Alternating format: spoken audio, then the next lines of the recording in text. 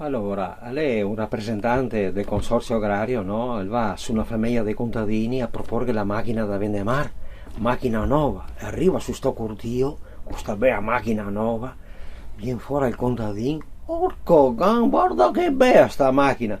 Sono io vedo in consorzio, ma sul depliant, ma dal vero, è veramente bella sta macchina qua. Il guardi, signor, sta macchina qua è tutta computerizzata, valida, vendemar qua. Guarda, la c'ho sui raspi buoni, li butta da una parte, quei marsi da quell'altra, l'ua bianca da una parte, quella nera da che altra, le foglie le tira fuori tutte quante una per una, i raspi li butta tutti quanti da una parte.